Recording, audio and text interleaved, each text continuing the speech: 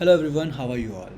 Welcome to my platform. ये specific एक series है एसेज के लिए यूपीएससी मेंस एग्जामिनेशन में, from fact to framework for essays. अब ये क्यों स्टार्ट कर रहा हूँ मैं? क्योंकि काफ़ी एस्पिरेंट से बातचीत करने के बाद मुझे ये लगा, वो कहते हैं कि सर हमें कोई भी न्यूज़ है, कोई भी डेटा है, फैक्ट है, उसका कंटेक्स्ट पता है, उसका एसेंस पता है, बट ये नहीं पता कि उसे एसे में एग्जैक्टली कहाँ, कब, कैसे यूज़ करना है। तो उसी के लिए मैंने ये सीरीज़ स्टार्ट करी है, जहाँ पर कुछ पीस ऑफ इन्फॉर्मेशन हम कोई करंट कंटेक्स्ट से लेंगे, कोई एनेक्डोट से लेंगे, कोई डेटा, कोई रिपोर्ट से लेंगे, और उसे किस ऐसे में कैसे कहाँ यूज़ कर सकते हैं, चाहे वो आर्गूमेंट के बेस पे हो, रीजनिंग हो, या फिर केस स्टडी इलस्ट्रेशन हो, उसके बेसिस पर हम कैसे अपने उस पीस ऑफ इन्फॉर्मेशन को यूज़ कर सकते हैं। इस ऐसे सीरीज़ में आपको इसके ऊपर चर्चा मिलेगी। ठीक है, चलिए स्टार्ट करते हैं। आज ही के न्यूज़पेपर में एक आर्टिकल आता है, many were denied civic amenities because of their religion. इस न्यूज़ को पूरा एनालिसिस करने के बाद ये समझ में आता है कि कुछ लोगों को जो सिविक डेवलपमेंट के हक नहीं दिए जा रहे हैं due to their religious identity. तो ये केस बनता है रिलीजियस डिस्क्रिमिनेशन का, जहाँ पे कुछ माइनॉरिटी डोमिनेटेड लोकेलिटीज़ हैं, उन्हें बेसिक सुविधाएं जैसे कि वाटर पाइपलाइंस, सीवरेज, ड्रेनेज नहीं दिया जा रहा है। अब ऐसा बोला जा रहा है that it is not due to lack of some resources but due to vote bank politics. तो कैसे गवर्नेंस के चलते एक आर्टिफिशियल रिक्रिएट की जा रही है पॉवर्टी की सिचुएशन, उस पॉवर्टी के चलते उसके जो इम्पैक्ट हैं वो लोगों के सोशल, पॉलिटिकल, इकोनॉमिकल, और साथ ही साथ जो हमारे दूसरे कल्चरल एंगल्स हैं उन पे कैसे कॉन्सिक्वेंस, उसका इम्पैक्ट हो रहा है, ये पूरा आर्टिकल समझता है। आर्टिकल में ये है कि कैसे एक पॉवर्टी की सिचुएशन क्रिएट की गई गवर्नेंस के चलते, वोट बेस्ड पॉलिटिक्स के चलते, उसके चलते सोशल अनरेस्ट देखा जा रहा है।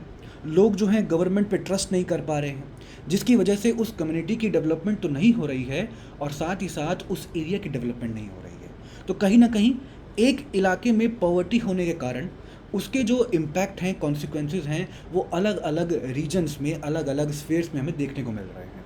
ठीक है, अगर हम देखें इस बात को थोड़ा और समझें तो selective denial of civic services यहाँ पे हमने देखा, और वो किस बेस पे था? वो आइडेंटिटी के बेस पे था, रिलीजियस आइडेंटिटी के बेस पे। अब इसके चलते यहाँ पर ये देखा जा रहा है कि ये सभी चीज़ें परपेचुएट कर रही हैं कुछ चीज़ों को, जैसे कि पॉवर्टी को, उसके ऊपर मार्जिनलाइजेशन का इशू है यहाँ पे। ठीक है, और ये चलते क्या हो रहा है, एक स्ट्रक्चरल इनइक्वालिटी क्रिएट हो रही है।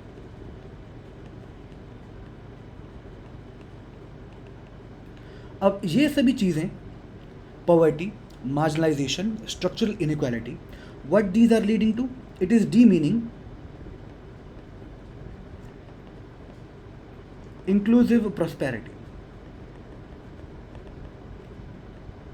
क्योंकि डिनायल ऑफ सर्विस के चलते एक हिस्सा जो है वो समाज से अलग हो गया, वो उस तरीके से डेवलप नहीं हो पा रहा जिस तरीके से बाकी समाज का हिस्सा डेवलप हो रहा है। एक स्ट्रक्चरल इनइक्वालिटी क्रिएट हो रही है on the based of religious identity, and that is finally leading to जो इंक्लूसिव प्रॉस्पेरिटी होती है उसको डिमीन कर रहा है।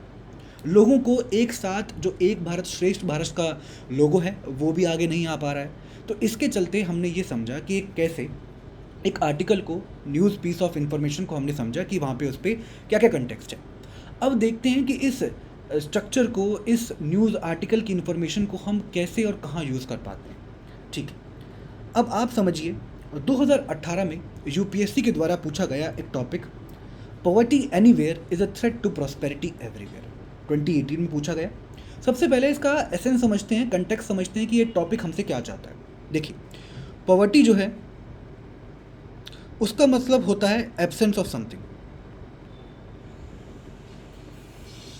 Absence of something. This something can be anything in the form of financial, health, education, employment. तो anywhere का मतलब में हम यहाँ ले सकते हैं that it can be financial, it can B of health, it can B of education, employment, digital sphere में कहीं पे भी अगर पॉवर्टी है तो वो थ्रेट बनेगा। थ्रेट का मतलब it can be related to danger, ठीक है। और किसको? प्रॉस्पेरिटी को। प्रॉस्पेरिटी का मतलब क्या होता है? It can be related to flourishment, fulfilment, thriving nature, और एवरीवेयर में आप वहीं फिर अलग अलग स्फीयर को लेकर आ सकते हैं। एवरीवेयर का मतलब कि आप यहाँ पर बात करें उनके फाइनेंशियल इंक्लूजन की, आप बात करें इंफ्रास्ट्रक्चर की, education, employment and so on. तो इस टॉपिक का एसेंस ये है कि अगर कहीं पर भी कोई ऐसी सिचुएशन बनती है कि वहाँ पर पॉवर्टी है, B it financial, B it health, education etcetera, तो वो अपने आप में जो ओवरऑल वेलबींग है सोसाइटी की, उसको कहीं ना कहीं थ्रेट कर रहा है। अब जैसे मान लीजिए कि एक इंसान है, शरीर में कहीं भी प्रॉब्लम आ जाए, हाथ में दर्द है तो पूरा शरीर परेशान रहता है, पैर में दर्द है, पैर में चोट लग गई, सर में दर्द है तो पूरा शरीर परेशान रहता है। इसका मतलब कि प्रॉब्लम कहीं भी आ जाए बॉडी में, जो पूरी ओवरऑल वेलबींग है बॉडी की, वो खतरे में आ जाती है। ऐसे ही आप हमारे अराउंड सोसाइटी को भी एक ऑर्गेनिज्म के रूप में देखिए कि अगर किसी भी एक हिस्से में समाज में पॉवर्टी आ गई है तो उसकी वजह से वो थ्रेट जो है पूरी सोसाइटी में बन जाता है। सोसाइटी को थ्रेट बनेगा तो कम्युनिटी को बनेगा, पूरी हमारे कंट्री को बनेगा। एक कंट्री पे थ्रेट बनता है तो हम देखते हैं कि कैसे उस प्रॉस्पेरिटी पूरे वर्ल्ड की ख़राब हो जाती है। युद्ध हुआ यूक्रेन और रशिया के बीच में, लेकिन देखा गया कि वहाँ के जो रेपरकशंस हैं इंडिया पे पड़े। ऑयल जो इम्पोर्ट एक्सपोर्ट होता है उस पर, गैस जो एक्सपोर्ट होती थी रशिया से यूरोपियन यूनियन के लिए, वो इम्पैक्ट हुई। तो ओवरऑल अगर कहीं भी एब्सेंस ऑफ समथिंग होगा और उसका थ्रेट जो है ओवरऑल डेवलपमेंट पे, ओवरऑल फ्लरिशमेंट पे सोसाइटी की पड़ने वाला। ठीक है, ये समझ में आया। अब कहीं ना कहीं आप इस एस्से के टॉपिक को अपने न्यूज़ पीस ऑफ इंफॉर्मेशन से रिलेट कर पा रहे होंगे। थोड़ा और समझते हैं कि कैसे क्या देखने को मिलता है। अब हमने यहाँ देखा कि एक्सक्लूजन हुआ एक कम्युनिटी का, तो कहीं ना कहीं उस कम्युनिटी को साइडलाइन किया गया, तो पॉवर्टी लाइक सिचुएशन में आए, मार्जिनलाइजेशन हुआ उनका, और स्ट्रक्चरल इनइक्वालिटी फैली। अब उस एक जगह स्ट्रक्चरल इनइक्वालिटी फैलने से क्या देखने को मिला कि ये जो पूरा ओवरऑल हमारा सिनेरियो है, ये केवल एक सिंगल ग्रुप तक सीमित नहीं है। It is not confined to a single group. अब होगा क्या? It will spread social unrest,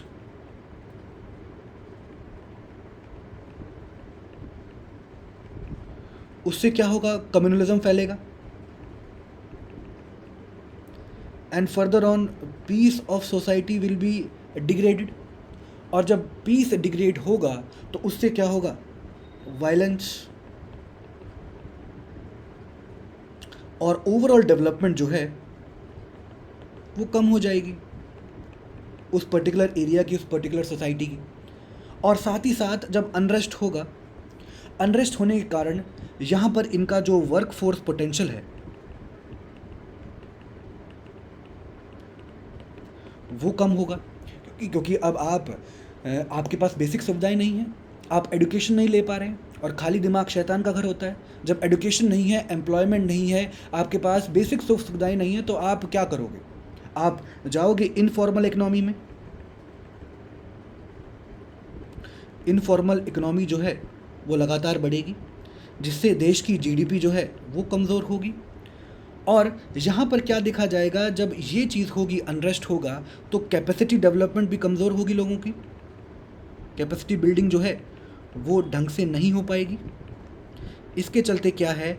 moral और इकोनॉमिक क्राइसिस होने लगेंगे। एंड ये जो पूरी साइकिल है ये रिपीट होती चली जाएगी। तो आप देख पा रहे हैं इन सभी का रिलेशन क्या है कि एक जगह पॉवर्टी हुई ड्यू टू आइडेंटिटी,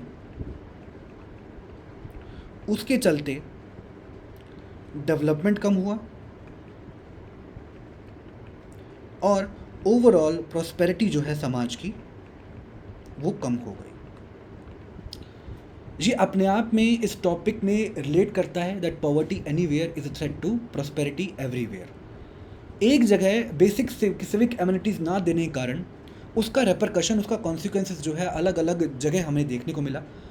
प्रॉस्पेरिटी जो है वो उस इलाके की भी कहीं ख़त्म हुई, कि वहाँ पे डेवलपमेंट नहीं हो पाई। उसके चलते जो पब्लिक का ट्रस्ट है गवर्नेंस में वो कम हो गया, और ऐसा होने के बाद एलिनेशन हुआ, पोटेंशियल कन्फ्लिक्ट हुआ समाज के बीच में और गवर्नमेंट के बीच में। इसके चलते जो ब्रॉडर सोसाइटल प्रॉस्पेरिटी है वो थ्रेटन हो गई। और हम जो देखते हैं कि जो हमारा इन्वेस्टमेंट होता है वेलफेयर में, ये केवल वेलफेयर की बात नहीं है, ये हमारा इन्वेस्टमेंट होता है पीस के लिए, प्रोडक्टिविटी के लिए और ओवरऑल इंक्लूसिव ग्रोथ के लिए। तो जब ऐसा नहीं हो पा रहा है तो पॉवर्टी जो है वो थ्रेट बन जा रहा है प्रॉस्पेरिटी को हर जगह। इसके साथ साथ आप रूजवेल्ट का यहाँ पर एक कोट यूज़ कर सकते हैं कि एक स्टेट का प्रोग्रेस जो है वो तब माना जाता है जब अमीर को और अमीर नहीं बनाया जाए, बल्कि गरीबों को उनके लिए जो ज़रूरतमंद चीज़ें हैं वो दी जाए। एक असली प्रोग्रेस स्टेट की तब मानी जाती है।